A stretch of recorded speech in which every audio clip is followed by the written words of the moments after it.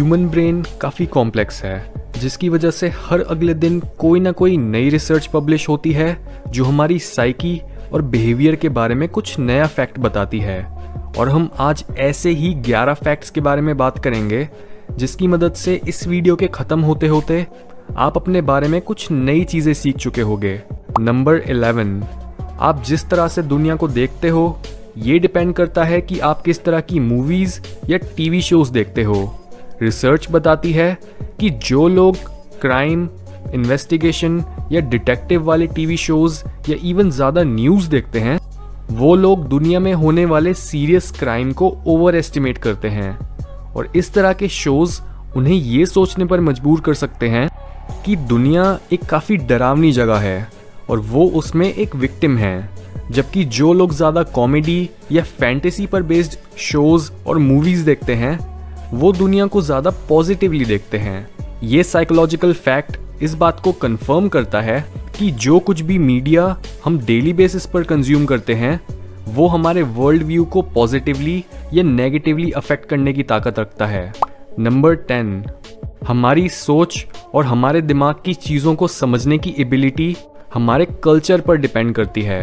Social psychologist Richard निस्बिट ने अपनी book the geography of thought में बताया है कि किस तरह से एशियन कंट्रीज के लोगों के मेंटल प्रोसेसेस अलग होते हैं वेस्टर्न कंट्रीज के लोगों से।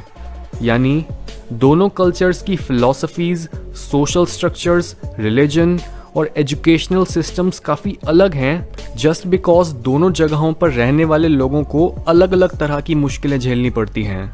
इसी वजह से एशियन कंट्रीज जैसे इंडिया, जापान, कोरिया या चाइना के लोगों की थिंकिंग और प्रॉब्लम्स को सॉल्व करने की अप्रोच ज़्यादा होलिस्टिक होती है और वो अनरिलेटेड दिखने वाली चीज़ों में भी छुपे हुए पैटर्न्स को ढूंढ पाते हैं।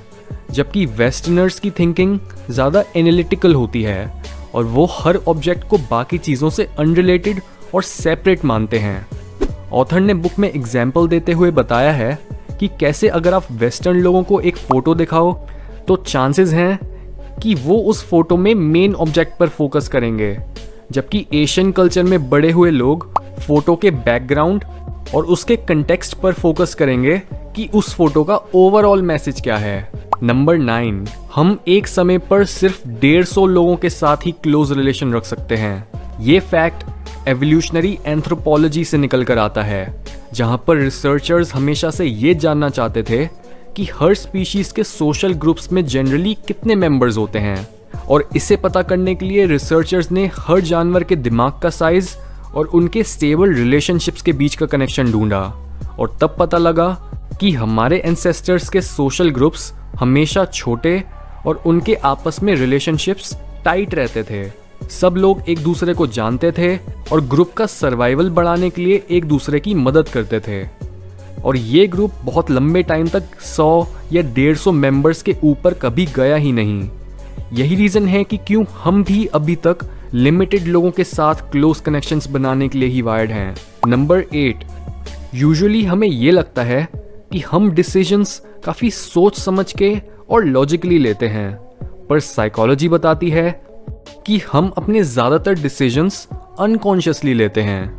एग्जाम्पल के तौर पर, अगर आप एक नया फ़ोन खरीदने की सोच रहे हो तो आप इस बात का ध्यान रखोगे कि वो फ़ोन आपकी हर नीड को पूरा कर सके, उसका प्राइस आपके बजट के अंदर ही आए और उसे मैन्युफैक्चर करने वाली कंपनी रिलायबल हो। पर इन फैक्टर्स के पीछे भी आपकी कई अनकॉन्शियस बायसेस होती हैं जो आपको बोलती हैं कि आप वही प्रोडक्ट खरीदो जो आजकल ट्रेंड में है, या फिर अगर आप हमेशा से ये बोलते आए हो कि आपको छोटे फोन्स पसंद हैं तो आपका दिमाग आपको इसी स्टोरी के साथ कंसिस्टेंट रहने के लिए पुश करेगा।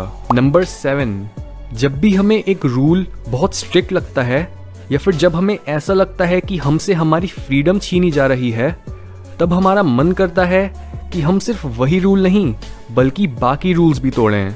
साइकोलॉजिस्ट्स हमारे इस बिहेवियर को बोलते हैं रिएक्टेंस। ये हमें बताता है कि क्यों किसी पर भी गुस्सा करके और उन्हें फोर्स करके अपनी बात मनवाना कभी इफेक्टिव नहीं होता। हम दूसरों की बात सिर्फ तभी मानना प्रेफर करते हैं जब हमें लगता है कि हम वो काम अपनी मर्जी से कर रहे हैं। नंबर 6, हम हर जिंदा या लाइफलेस चीज में ह्यूमन फेसेस और फेमिलियर पैटर्न्स ढूंढने की कोशिश करते हैं।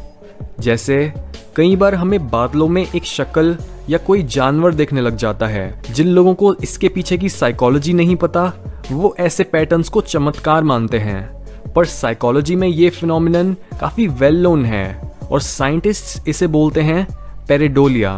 एवोल्यूशन की वजह से हमारा दिमाग कॉन्स्टेंटली अपने एनवायरनमेंट में दूसरे इंसान, जानवर या काम आने वाले औजार ढूंढता रहता है, जिसकी वजह से इनसे मिलते जुलते पैटर्न्स भी हमारे दिमाग को ऐसे सिग्नल देते हैं जैसे हमें असली में कोई इंसान या जानवर दिखा हो। नंबर 5, आपकी सबसे इम्पोर्टेंट और पक्की मेमोरीज गलत हैं। अगर मैं आपसे आपके स्कूल का पहला दिन, आपकी फर्स्ट किस या किसी एक्सीडेंट के बारे में पूछूं, तो चांसेस हैं कि आप झट से उस मेमोरी के बारे में बता दोगे। पर रिसर्च के हिसाब से आपको इन मेमोरीज का ज़्यादातर हिस्सा इनएक्यूरेटली याद है। साइकोलॉजी बताती है कि हमारी सबसे पक्की मेमोरीज को फ्लैश बल्ब मेमोरी बोलते हैं, पर इवन इस तरह की मेमोरी भी एरर से भरी होती है। और ये इसलिए होता है क्योंकि हमारा काम होता है अपनी मेमोरी से ऐसी ज़रूरी इंफॉर्मेशन निकालना जो फ्यूचर में काम आ सके, जिसकी वजह से आपको ज़्यादातर ये याद नहीं रहता कि आपके पास्ट में एग्जैक्टली क्या हुआ था, बल्कि आपको ये याद रह जाता है कि आपने उस इवेंट को कैसे इंटरप्रेट करा था। नंबर 4, जनरली हमें वो गाने सबसे ज़्यादा अच्छे लगते हैं जो हमने अपने स्कूल या कॉलेज टाइम पर सुने थे। और ये इसलिए होता है क्योंकि गाने सुनते टाइम हमारा दिमाग डोपामीन और उसके जैसे ही अच्छा फील कराने वाले केमिकल्स रिलीज करता है, और 12 से 22 साल की उम्र के बीच हमारा डेवलपिंग ब्रेन इन केमिकल्स को और भी ज़्यादा मात्रा में पैदा कर रहा होता है, जिसकी वजह से हमें हर चीज़ ज़्यादा इम्पॉर्टेंट लगती है। और तभी अपनी लाइफ के इस दौर में हम अपनी म्यूजिकल मेमोरीज पर काफ़ी ध्यान देते हैं और सालों बाद भी उन्हीं पुराने गानों को पसंद करते हैं। नंबर 3, आप अपने आप को फूड, सेक्स या डेंजर पर अटेंशन पे करने से नहीं रोक सकते। हमारा ये बिहेवियर हमारे दिमाग के सबसे पुराने हिस्से से आता है और हमें जिंदा रखने के लिए वो हर समय अपने एनवायरनमेंट को स्कैन कर रहा होता है और सोच रहा होता है कि क्या मैं इसे खा सकता हूँ, इसके साथ सेक्स कर सकता हूँ, या क्या मुझे इससे कोई खतरा है। सर्वाइवल के लिए इन क्वेश्चंस के आंसर बहुत मायने रखते हैं, क्योंकि खाने के बिना हम मर जाएंगे, सेक्स के बिना हम अपनी स्पीशीज को आगे नहीं बढ़ा पाएंगे, और अगर हमारी जान खतरे में है तो पहले 2 क्वेश्चंस तो मैटर ही नहीं करते। नंबर 2, हमें दूसरों पर पैसे खर्च करने में ज़्यादा खुशी मिलती है बजाय अपने पर खर्च करने में। इवन दो हम में से ज़्यादातर लोग ये मानते हैं कि अपनी पसंद की चीज़ें लेना और खुद को प्रायोरिटाइज करना ऑब्वियसली लॉन्ग टर्म हैप्पीनेस का एक ज़रूरी हिस्सा है, पर साइकोलॉजिकल रिसर्च बताती है कि ये सच नहीं है, क्योंकि दूसरों पर खर्च करा पैसा हमें अपने बारे में अच्छा फील कराता है। हम ऐसे दूसरों के आगे ज़्यादा रिस्पॉन्सिबल और काइंड दिखते हैं, और इसके साथ ही दूसरों की मदद करने से हमारे सोशल रिलेशनशिप्स भी इम्प्रूव होते हैं। और साइंस इस बारे में बिल्कुल क्लियर है कि हमारी लॉन्ग टर्म खुशी के लिए सबसे इम्पॉर्टेंट चीज़ अच्छे रिलेशनशिप्स ही होते हैं, ना कि पैसा या फिर उससे खरीदी हुई चीज़ें।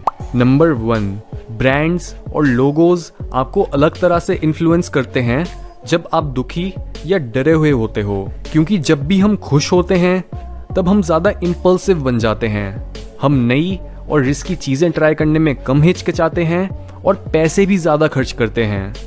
पर जब भी हम सैड फील कर रहे होते हैं तब हमें कुछ फेमिलियर चीज़ चाहिए होती है और हम नई तरह की चीज़ों से दूर रहना प्रेफर करते हैं। ये चीज़ आइसक्रीम फ्लेवर से लेकर मूवीज़ तक कुछ भी हो सकती है। साइकोलॉजी बताती है कि हमारा ये बिहेवियर हमारे डोपामीन लेवल्स पर बेस्ड होता है। जब हमारे दिमाग में डोपामीन ज़्यादा होता है तब वो हमें ज़्यादा एक्सट्रोवर्टेड बना देता है और तब हमें अननोन एनवायरनमेंट में जाने से कम डर लगता है। एक पार्टी के बारे में सोचो कि कैसे जब आप खुश होते हो आप ज़्यादा ड्रिंक करते हो और कुछ भी खा लेते हो, पर जब आपका डोपामीन कम हो जाता है जैसे एक स्ट्रेसफुल दिन के बाद, तब आप अपनी पुरानी हैबिट्स पर ही फोकस करते हो और अपने इन्हीं इमोशंस की वजह से शॉपिंग करते टाइम उन ब्रांड्स को खरीदते हो जिन्हें आप पहले से ही जानते हो।